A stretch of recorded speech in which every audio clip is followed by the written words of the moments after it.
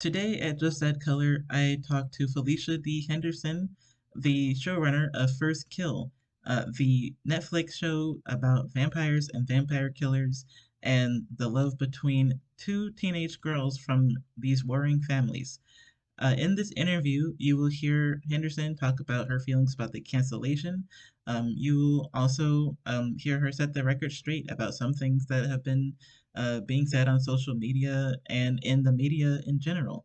I think this was a really good interview for fans who want to know how they can participate in the conversation about this show, and just for there to be some records set about various topics that have been going on regarding the discourse around this show. Um, and also, you get to learn about some new projects that Henderson is working on. Please listen to the full interview. And if you would, please like, subscribe, and follow me on social media at MoniqueBlogNet on Twitter, ColorWebMag on Twitter, ColorWebMag on Facebook, and ColorWebMag on Instagram. Thank you. So I'm here today with Felicia D. Henderson, the showrunner of First Kill. How are you feeling today? Hi, good day. Good to talk to you. I'm doing good. How are you doing? I'm doing good. I'm sad that we have to talk about the cancellation of First Kill. And I've seen a lot of people online talking about their feelings about the show being canceled. How have you felt in the days after the news has been announced? How have you felt about the show's cancellation and the fans coming to your defense? Yes, thank you for the question. As I've said to others, I am a showrunner, and head writer and executive producer of a show that I am incredibly proud of. And for the last 2 years has been my complete life, my complete professional life. That I, went to Atlanta and Savannah to shoot during COVID, before there were vaccines even, so we were absolutely, in the trenches and worked really hard. Everyone associated with the show worked really hard. And probably more than most, it was just a very personal endeavor, and, held all of my passion for wanting to do something that so many people who were represented would be proud of and be really entertaining, So I say all that to say, so of course I'm disappointed, of course I'm sad. Of course I'm a little angry. Of course I'm a little surprised, like all of the bad things.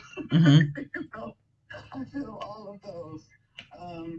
And in terms of the fans, it's amazing, and their passion, and how they want to see the show live. One, it tells you you did something right, that people care so much, and that you touch some people. And now I'm, starting to get messages from people saying, "You saved my life." I'm like, whoa, so those things are very gratifying. And in that way, we did what we came to do. We just, did not get to complete what we came to do. But knowing you touch lives, and then some people were just entertained and just thought, this is just fun. And, I love the bit of camp about it. I love the bit of this. I love, this about it. And telling me their favorite scenes, that's also very gratifying. So, and I support the fans, who've supported me and who've supported the show. And so, yeah, it's a mix of emotions, because, like I said, I'm very sad that it wasn't renewed, but I'm also very gratified by the support and the love and the passion. Just for people who are listening, I just wanted to say some quick stats about First Kill's viewership from what I researched. I saw from Netflix top 10 from their website that the show was in the global top 10 for 3 weeks during the month of June. And Parrot Analytics reported that First Kill entered the most in-demand new show rankings the week of June 23rd after getting a 90% increase in demand following its June 10th release. And Parrot Analytics says that they get their numbers from consumer research, from taking into account consumer research, streaming, downloads, and other and social media, among other engagement. And Netflix, and Deadline, I should say, reported that the show had nearly 50 million viewing hours, and according to them, easily cleared 11 million hours viewed in its first 28 days of release. And they also put in comparison Heartstopper, which is also on Netflix, which only earned 53 million viewing hours, but was given a two-season green light. And so I think that's where a lot of fans are coming into conflict with why Netflix views one show one way and the other show another way. Um, uh, and that kind of gets into something I read about, something that you told the Daily Beast about how you were disappointed about the show, and that Netflix told you that they were hoping the completion rate would be higher. First of all, what does that mean, and why did they feel it was uh, so low? Yes. So the completion rate means people who started and view some part of it but don't watch all 8 episodes. Mm-hmm. So, the way that they see it is that if you don't watch all episodes, if you don't, watch it to the end, which is why we had started the, hashtag binge it to the end, when I was first made aware that they wanted the completion rate to be higher. Mm-hmm. So their thinking being that if you don't watch it to the end, then it must mean you don't want more. If you don't watch all the way through episode 8, then you probably wouldn't watch a season 2. That's a sort of general overview of what the completion rate means. So that's what I was told. And I don't know what else to say about that. You get a short period of time to, either be a right out the box hit or be canceled, which is just part of a new, in a way, it's a different structure than we're used to, because all episodes drop at once. And so, what you're used to on network or cable TV, where they might be dropping once a week, episodes might air once a week. And so you get a longer period of time to watch it and, tell people about it and get invested in it, in structures where all episodes drop at once. You don't get that, it's a different, it's just a different way of doing it, right? And so it is where we live in a world where we're used to things getting a longer opportunity and for people to talk about it and hopefully, start word of mouth getting around. Well, it's very different when you are on streamers who, drop all the episodes at once. And so if they drop them all at once, they want you to watch them in 30 days. And if you don't, if they're not all viewed in those 30 days, then, and again, depending on so many things, so there's so many parts of it that are not simple. And, I don't necessarily believe in, comparing to other shows. There's some things that are, I'm happy for Heartstopper in any show that would get, a 2-season order. And so, it's very different. You can see and imagine and probably have read that show is probably not as expensive as First Kill. And, so if you cost less, the expectations are not as high. And I think the expectations were very high for First Kill. And I think from Netflix's point of view, the show didn't meet their expectations. Interesting. That's really interesting. Uh, this This is interesting to me because part of what you said kind of reminds me of how uh, YouTube, how their algorithm seems to work, to where you have to watch till the end of a video in order for the algorithm to know that you liked that video, and even then, if you click the actual like button, then that lets the algorithm know that you like that video and they'll recommend more videos to you. And that has led to creators telling people, of course, to like the video, to share the video, watch the video to the end, Mm-hmm. because that hurts their bottom line because they won't get put in the algorithm. And but then at the same time, you have people that are seemingly grandfathered into the system that can just be in the algorithm no matter what they do. And Mm-hmm. so it seems like there's a lot of politics at play, um, which is unfortunate because It's sometimes. unfortunate in that there aren't more things than, technology of an algorithm considered, Hmm. because there are all kinds of ways to, measure success. And if a show is growing, I've had lots of people tell me since hearing of the cancellation, I'm still watching. I'm Hmm. not a person who binges. If I enjoy something, I don't binge it because Hmm. I want to, sort of savor it. And I might watch one or two episodes at a time, maybe, once a week because I like it and I'm, taking it in. If it's something that I just need to watch because, I want to be informed or everybody else is watching it, so I like, oh, I should see what it's about. And particularly if it is a reality, show or I watch it just all fast because I don't really care and I don't need to retain any of it and I just want to say I saw it. Hmm. Be in the conversation. That's the kind of stuff I binge, is stuff I don't really care much about. So I think that, when I think about how I watch television and, how things are, how success is measured, and in a world where everything is watch it right now. If you don't watch it right now, and then we have to assume that people aren't going to watch it, and that's very unfortunate. It's very unfortunate. Hmm. Um, there's been a lot of talk about how the show was marketed. Um, I think in the Daily Beast article, you might have also talked about how you felt about the marketing. Did you feel that the marketing was either too like over sexualized or too just not talking about the actual like vampire and uh mystical nature of it all and the action and stuff, or like how do you feel about how they marketed the show in general? Yeah, I think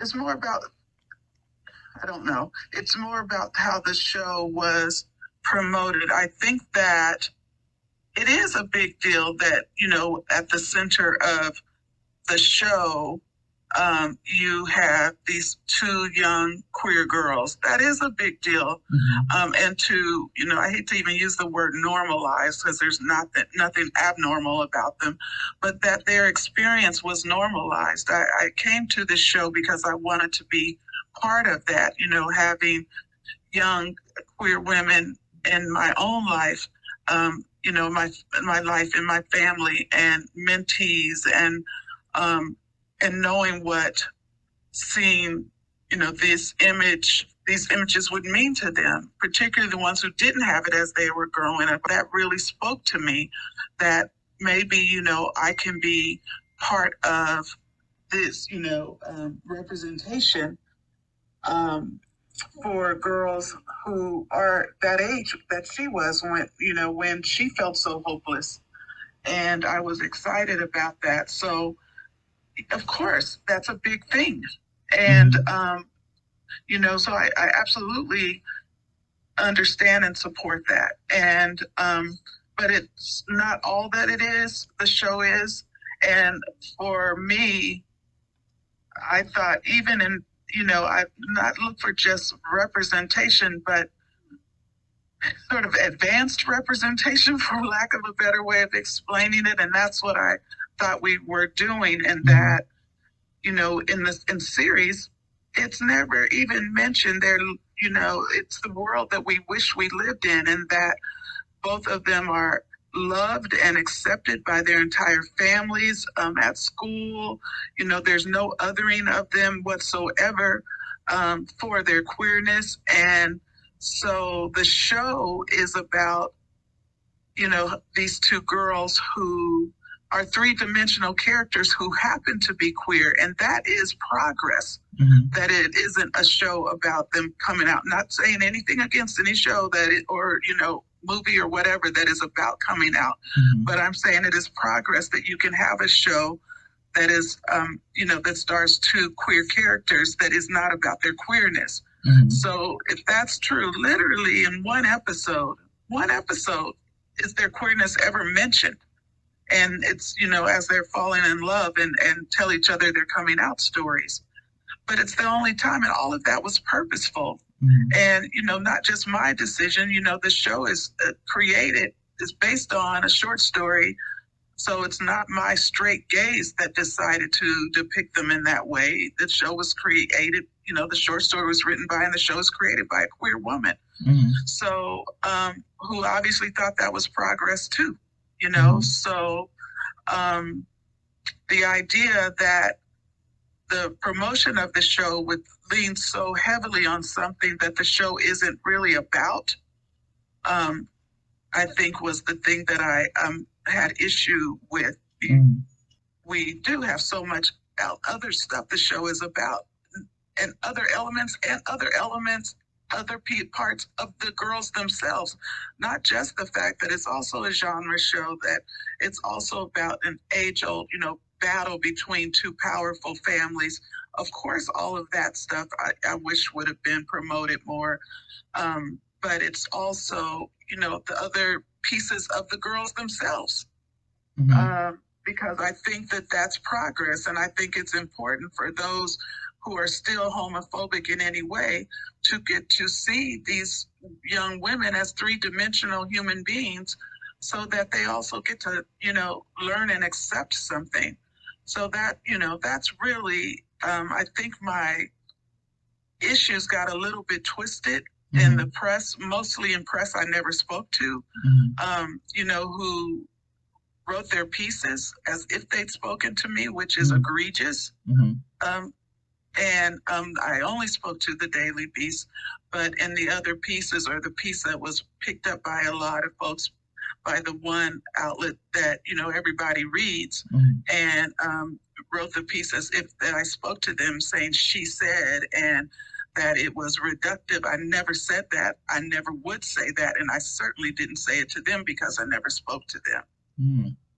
So that's incredibly frustrating for me. But I never absolutely,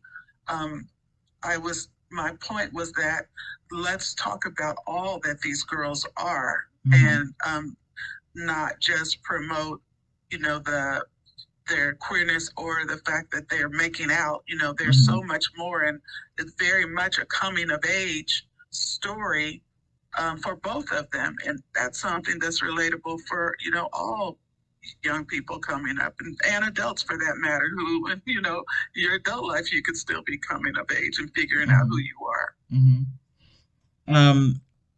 This kind of like lends to something else that the fans have been talking about with regard to race. I know there's been a lot of fans that have been saying how, and of course this is not to denigrate Heartstopper or anything, or to put words in your mouth about Heartstopper or anything, but from the fandom, I guess, point of view, they're like Heartstopper, you know, clearly it's more about white teen boys coming of age and all this stuff rather than First Kill, which has a black girl who's a lead, a black family, a black showrunner. Like it's centered in showing diversity, and not to say that Heartstopper isn't, but people online have been talking about, well, why is it that Netflix sees or why does it seem like they see more value in one show versus another, and does it have anything to do with race? And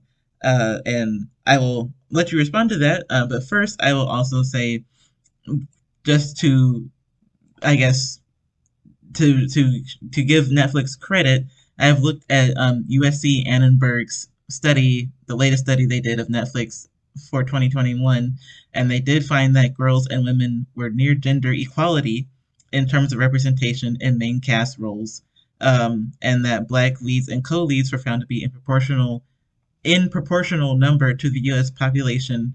Um, and even though they fall behind on LGBTQ representation, um, and falling behind on meaningful representation behind the scenes, with only 12.2% of series creators being people from underrepresented racial and ethnic groups. There have been upticks overall in all of these boxes. So with that all said, how do you feel about the racial component that fans are talking about, and I guess other people in the media are talking about when it comes to the show getting canceled, or you know, what the optics look like? Yeah, I don't know if I can speak to that, to be honest. I haven't seen that report.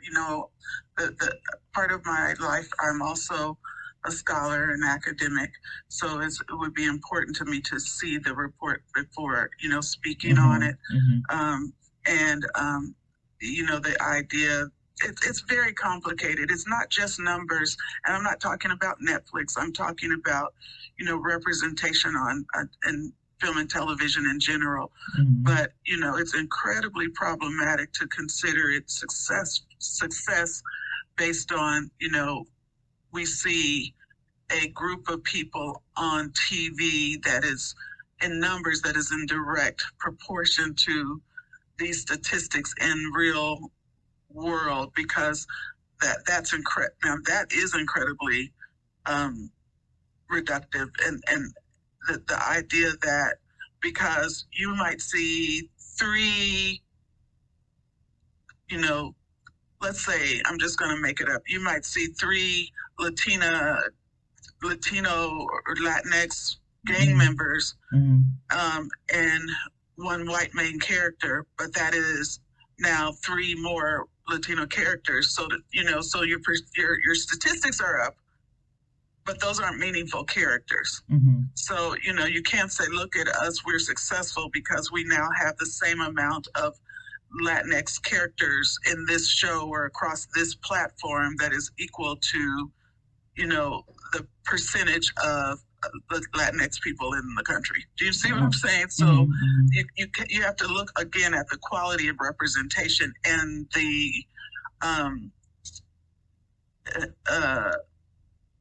so the quality of representation, and is the representation getting better? And not just at numbers. Numbers at this point don't tell us very much at all. You have to look at, what is it that I'm seeing? What is it that's being represented? And who, how big and what big part of the show they are. Is it about them? Are they the best friend always, as they've been for, decades? So, and again, that is not a comment about Netflix, but I would not say that any outlet is, should be lauded or applauded simply because they're representing an underrepresented group in direct proportion to the statistics of that group in the population. Does that make sense? Yeah, that does. Yeah, and so that's pretty much what I have to say. That I don't have anything to say about Heartstopper, and it's not apples and apples that you're comparing, and I don't, I think it's unfair to the show, and and I don't know how it is helpful to anyone, quite frankly, to say. But look, it like I said, it's not apples and apples, and to compare and to use it in the way that I see things anyway. So I don't want to get entangled in what I think is, quite frankly, a relatively useless argument about two shows that are not, very similar. As I said, did I want, the other elements of the show promoted more? Yes, I did. I think that, because they're big parts of the show, and again, big parts of why I was excited about the show, to have a family of Black, monster hunters, I just thought was really, really cool and fun as well, you know, and the idea that they're just a regular family that loves each other with a mother, father, and three kids and you know, a, a youngest kid and a daughter who just wants to be like her big brothers, but they happen to be monster hunters. I just thought that was very, very, very cool. And you know, to say, well, it had a black showrunner. Well, it's created by a white woman, you know, a white queer woman. And I'm kind of the face of the executive producers, but I'm the only black executive producer among them. So I don't think it is like a rejection of blackness. I simply am saying I wish the idea that there's a black family would have been a bigger part of the promotion. Yeah, and not just that, like of the two matriarchs, like that's a really big part of the show. And you know, and they were very popular characters as well, the mothers. And you know, and I thought the actors were amazing. And so that kind of, you know, that also I wish that all those parts were a bigger part of the picture. That makes sense. I do think that I think you do make a good point that um, that statistics might be one thing, but they don't talk about. It's not a qualitative thing, and I think that it's important to talk about the the qualitative aspect of characters Yeah, outside not of quantitative. That tells us very little at this point and where we are. right. Um, so I guess with that said, I will pivot to talking about the fans. Uh, uh, since we've already been talking about the fans, they have created a petition to bring the show back, and of course they are trying to get anyone who will listen and who has power to like bring the show back on whatever platform. How does it feel to have this support from the fans and that they are really going to bat for the show to try to bring it back?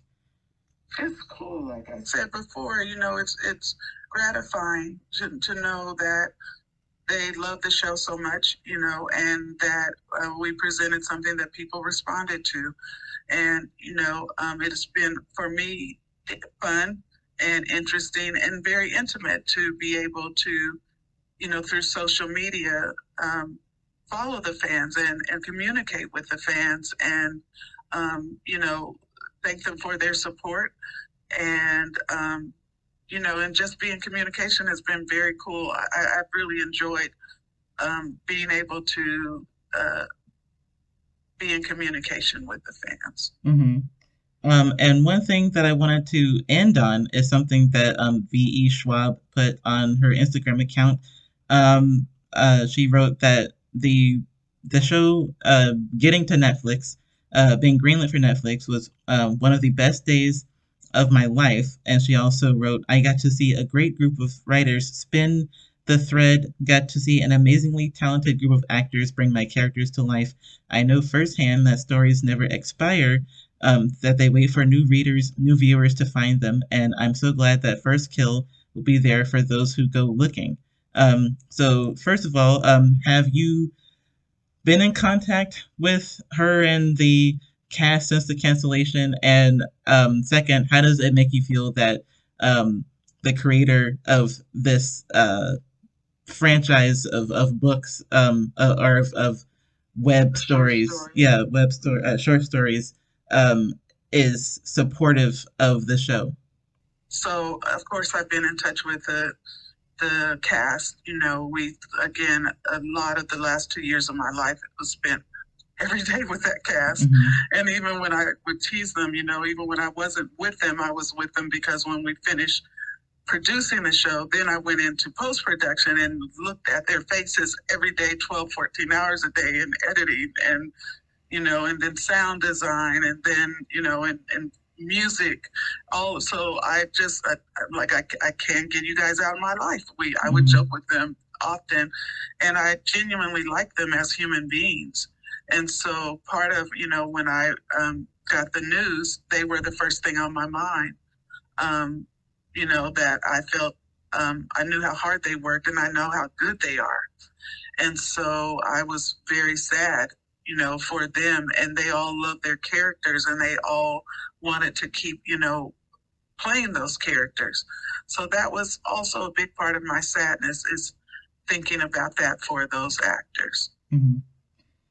So my final question is, where do you think, I guess, where do you think, what do you think happens next now? Do you have plans for, um, like future plans for selling the show to another network, or do you have other things coming down the pipeline for other ideas?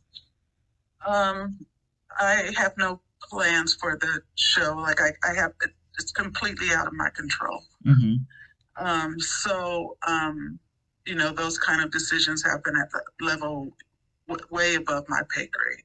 Mm-hmm. But before I started the show, I actually put some stuff on hold in order to start the show because I got so excited, when I read the pilot script and again, all of these elements and that I just thought I want to be a part of that. It will be so cool. And, at my heart, I'm a genre girl and getting a chance to do something in genre about with representation I believed in and with this Shakespearean, battle that I love. It's like, I'm a genre girl and I'm a Shakespeare girl and obviously I'm a black girl, and so all of that was like, let's go. And so for me, there were things that I put on hold because I got so excited about it. And so some of those are things that I was like, just give me, through my reps, of course, give me a little more time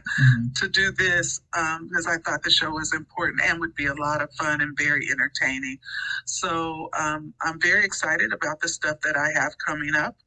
Um, One of those things I'm writing even as we speak is called Avenger Field. That is for Peacock. And it's basically about the first women pilots in the U.S. Army. And during World War II that, no one even knew existed because the Army basically sealed their records after the war was over, and for 30 years sealed their records until they finally fought to get them open so that people would know they ever existed. And even the general at the time of the Air Forces said that without those women pilots, we probably wouldn't have won the war. So I'm very, very excited about that. And it stars Renee Zellweger. And again, trying to do things that I care about. And that's been important to me as I get to this place in my career. And I want to do things that, move the needle. I want to do things that represent people or, you know, that whose story haven't been told that I think should be that move me. So I'm very excited about that. Um, I have another project called 45 Days that has been my passion project as I've done the research for probably 3 years now. Again, about a very little known story of a group of girls, civil rights, during the civil rights movement, a group of girls who were amazing, kick-ass civil rights warriors, and who were arrested and taken from their families and kept in prison for 45 days, and how they survived that, how they thrived, and how strong they were. And so it's a very, for me, a story of, just how strong women are, young Black girls are, and so that's my passion project. So I have that coming up, and I'm also adapting Tracy Dion's Legendborn, which is a demon of the. It's going to be a show about demon hunters. So obviously I stay in that mix, right? Demon hunters, vampire hunters. This is the stuff that I really like, and I love Tracy. I love that book. I can't wait for Blood Marked. The second book it's Legendborn is the first in a trilogy, so I'm super excited about that as well. And again, these are some of the two of those things are things I was working on before I even started First Kill, and then just said, okay, I'm gonna have to just hold out for a moment because I really want to do First Kill. So yeah, so those are some of the things I'm working on that I'm very, very excited about. And I'm excited to get back to the classroom, quite frankly, because I love teaching. So and I haven't been able to do that in this last year. I had to take the time off, but I'm coming back to you, Columbia students.